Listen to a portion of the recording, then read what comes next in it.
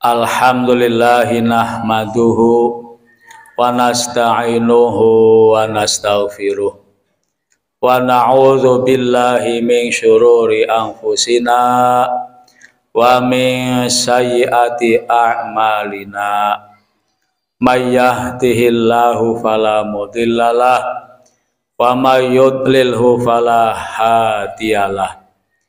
Asyhadu an la ilaha illallah wahdahu la syarikalah wa asyhadu anna Muhammadan abduhu wa rasuluhu la nabiyya ba'dah. Allahumma shalli wa sallim ala sayyidina Muhammadin wa ala alihi wa sahbihi ajmain amma ba'd.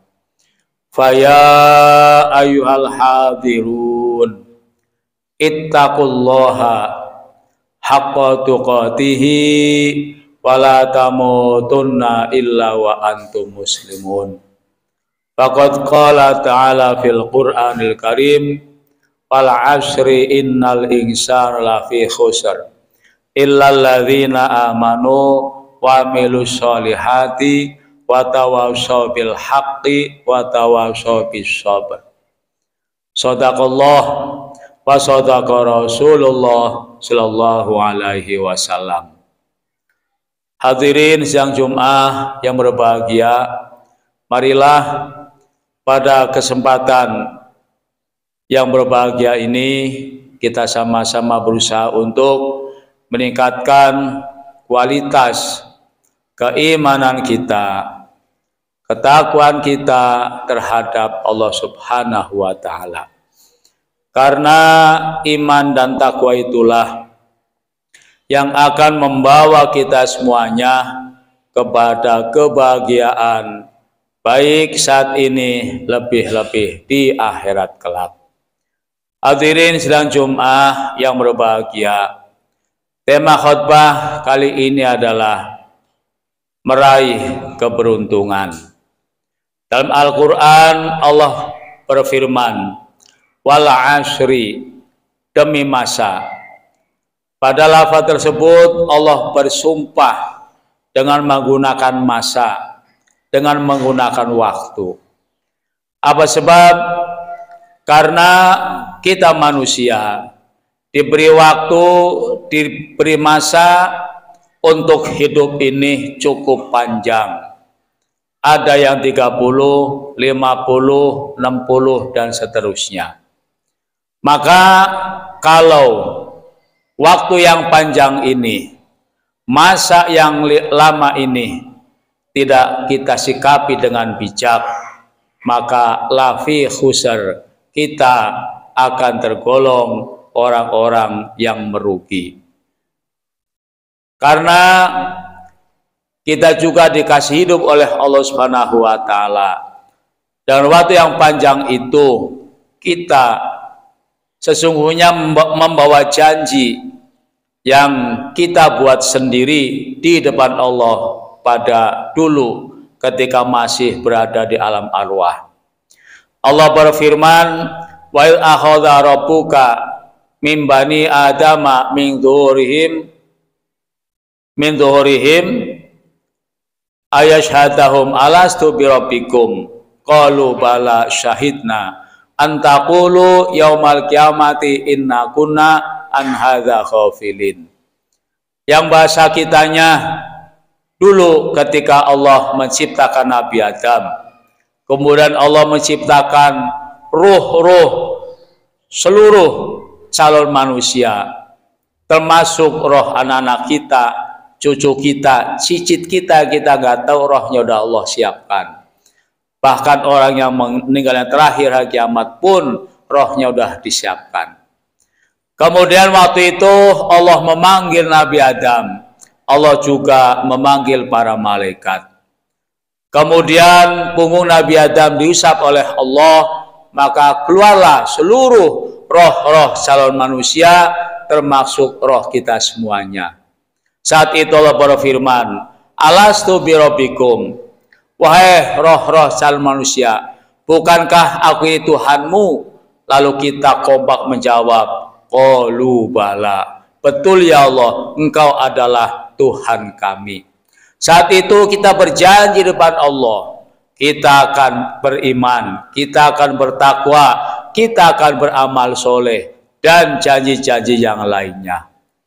Kemudian lewat pernikahan orang tua kita, lahirlah kita. Ketika kita lahir, karena dalam tubuh kita ditiupkan roh.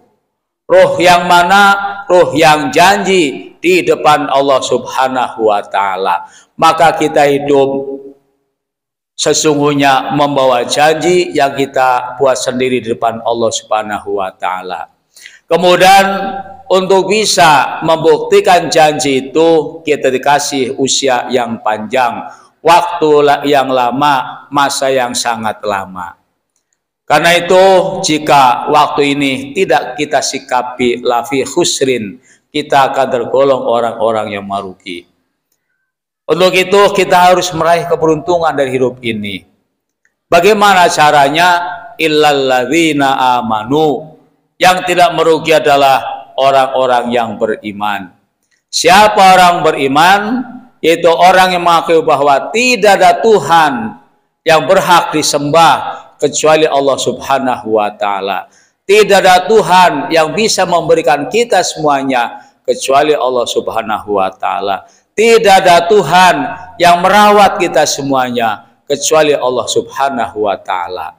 Jika apapun permasalahan, kita bersandar kepada Allah Subhanahu wa Ta'ala, maka itulah termasuk orang yang beriman.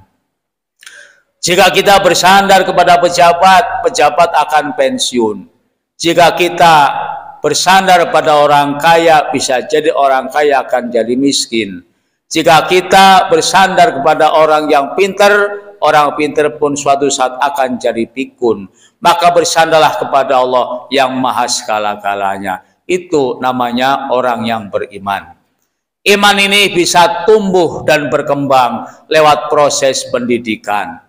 Hanya permasalahannya, anak-anak kita ketika usia TK masih ngaji, bahkan hujan pun diantar dan dijemput oleh orang tuanya.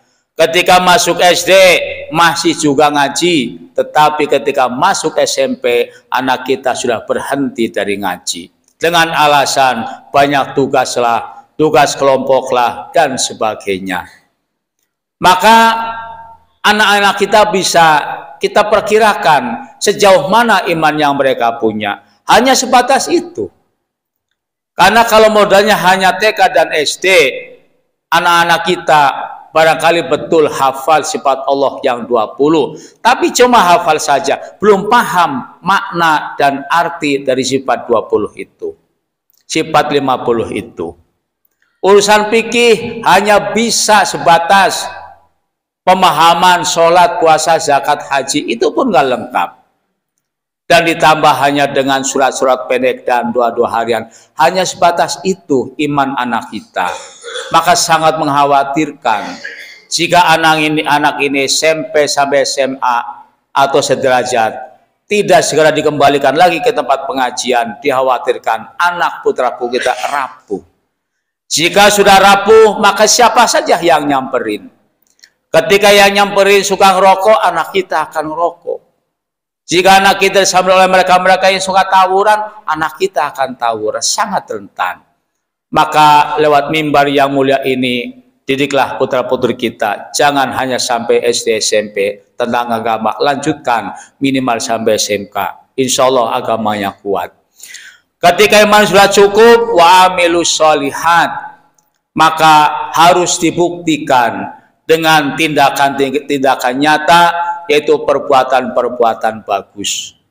Perbuatan baik ini antara lain sholat, puasa, zakat, dan haji. Perbuatan baik ini birrul walidain, baik sama orang tua, taat sama orang tua, hormat sama yang tua, dan sebagainya.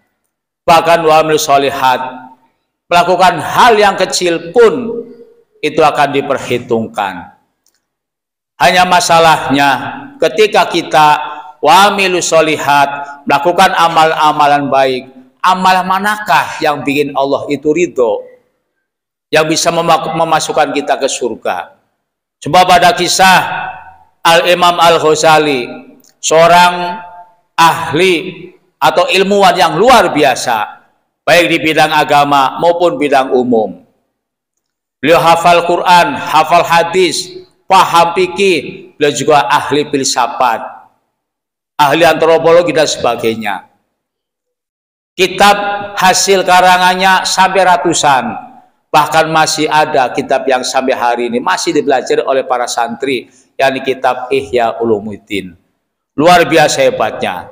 Ketika beliau wafat, teman sesama ulama bermimpi ketemu dengan Imam Ghazali. Di sana beliau sudah dapat ridhonya Allah Subhanahu wa taala, dapat ampunan, dapat nikmat kubur. Temannya bertanya, "Wahai Imam Ghazali, apakah yang membuat Anda ini dapat ridhonya Allah? Apakah karena sholatnya? Bukan. Apakah karena sedekahnya? Bukan. Apakah karena zakatnya? Bukan. Apakah karena hajinya berkali-kali? Bukan. Atau apakah karena Tuhan ini mengarang kitab yang begitu banyak bermanfaat bagi orang? Bukan. Lalu apa yang bikin Allah ridho? Maka dia ceritakan ketika dia mau nulis kitab, dia angkat pena, dia celupkan ke tinta, ketika akan menulis datanglah lalat yang kelihatannya sangat haus. Saat itulah Imam Ghazali memberikan kesempatan kepada lalat untuk minum dengan sangat ikhlas. Dan ketika lalat sudah kenyang, terbanglah lalat, lalu melanjutkan menulis. Itulah yang membuat Allah ridho kepada kami. Hadirin yang jemaah yang berbahagia, dari sinilah kita nggak tahu amal-amal manakah yang Allah akan ridho kepada kita. Maka lakukanlah segala amal kebaikan sepanjang kita mampu. Kuncinya 5 waktu, jangan ditinggal. Lebih-lebih kita kerjakannya dengan cara berjamaah. Dan amal-amal lain, mari kita sama-sama lakukan. Meskipun amal itu sangat kecil, seperti membuang paku dari jalan sebagainya, bisa jadi salah satunya membuat Allah ridho kepada kita. Kemudian setelah kita bisa beramal soleh, watawasau bil haqqi, berwasiat-wasiatlah dengan perkara yang hak. Hanya masalah ini sangat berat. Ketika kita melihat teman kita melakukan pelanggaran agama, melakukan pelanggaran negara, terkadang kita sangat kurang berani untuk menegurnya dengan alasan demi pertemanan, demi persaudaraan, demi persatuan, dan demi yang lain. Padahal yang hak adalah hak, yang batil adalah batil.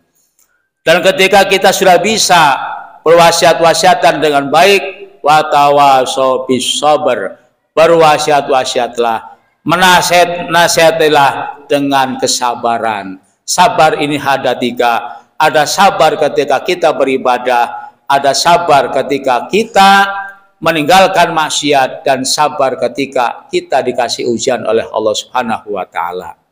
Jangan dikira ibadah itu tidak membutuhkan sabar, juga membutuhkan sabar. Contoh, ketika datang waktu subuh, kita mau sholat, tiba-tiba listrik padam, kita nggak punya air, terkadang kita nggak jadi sholat. Padahal ada pilihan, boleh wudunya diganti dengan tayamum. Akhirnya kita nggak sholat, maka dibutuhkan kesabaran. Kita ketika berusaha untuk meninggalkan maksiat, itu juga dibutuhkan kesabaran. Saya mencoba bertanya kepada orang-orang suka mabuk. Ketika dia bertobat, berhenti untuk mabuk, ternyata ketika dia berhenti dari minuman keras, badan sakitnya luar biasa. Luar biasa. Maka ketika dia minum lagi, badan seger lagi. Maka untuk bisa menghentikan minuman keras dibutuhkan kesabaran. Begitu juga ketika kita dicoba oleh Allah dengan berbagai macam cobaan. Orang kaya duitnya banyak, itu juga sebenarnya cobaan. Mana buktinya? Ada orang punya truk 100 unit, 99 sudah pulang, 1 belum pulang, dia nggak bisa tidur. Itu cobaan. Balik hitungannya, hilang satu, masih ada 99. Kenapa harus bingung? Begitu juga orang ketika kesulitan ekonomi, itulah cobaan dari Allah, butuh kesabaran. Maka sandarkanlah semuanya kepada Allah Subhanahu wa taala. Untuk itu, hadirin Jumat yang berbahagia, kesimpulannya, mari kita raih keberuntungan, manfaatkanlah umur yang Allah berikan saat ini sampai ke depan, digunakan untuk pertama, memperkuat iman, yang kedua, memperbanyak amal-amal soleh, saling berwasiat, wasiat takwa dan kesabaran. Dengan cara seperti ini, insya Allah kita termasuk orang yang beruntung. Amin ya rabbal alamin. Barakallahu li walakum fil Qur'an lazim wa nafani wa yakum bima fihi minal ayati wa dzikril hakim wa taqabbalallahu minna wa minkum tilawatahu innahu wal ghafurur rahim. Allahumma sholli wa sallim wa barik ala sayyidina Muhammad wa ala ali sayyidina Muhammad.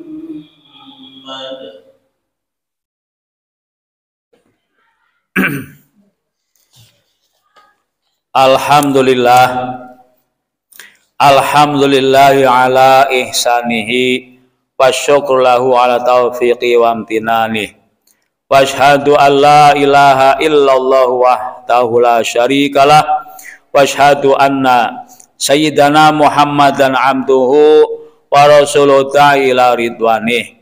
Allahumma sholli ala sayyidina Muhammadin wa ala alihi wa ashabihi wa sallim tasliman katsira, amma ba'd. Faya ayuhan nas ittaqullaha fima amar wantahu amma naha wa'lamu annallaha amarakum bi amrin bada fi binafsih wa thana bi malaikati wa bi qudsi wa qala ta'ala innallaha wa malaikatahu yusalluna 'alan nabi ya ayyuhalladzina amanu sallu alaihi wa sallimu taslima.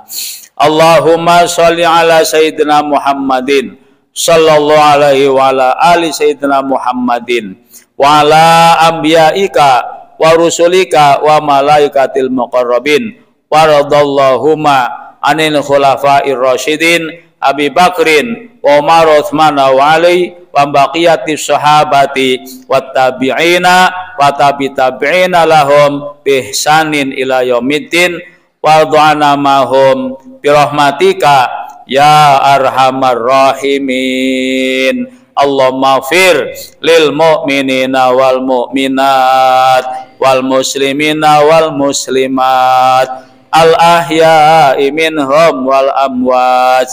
Allahumma a'isal islam wal muslimin wa dhilla syirka wal musyrikin wa ansur ibadakal muwahhidin wa ansur man nasaraddin wa zulman khazalal muslimin wa tamir anda ad-din wa li kalimatika ila yaumiddin. Allahumma adfa'annal bala'a wal waba'a wassalasila wal mihana wa su'al fitani wal mihana ma dhahara minha wa ma batan an baladina Indonesia khossah wa sa'il buldanil muslimina ammah ya rabbal alamin. Rabbana atina fid dunya hasanah wa fil akhirati hasanatan wa qina adzabannar.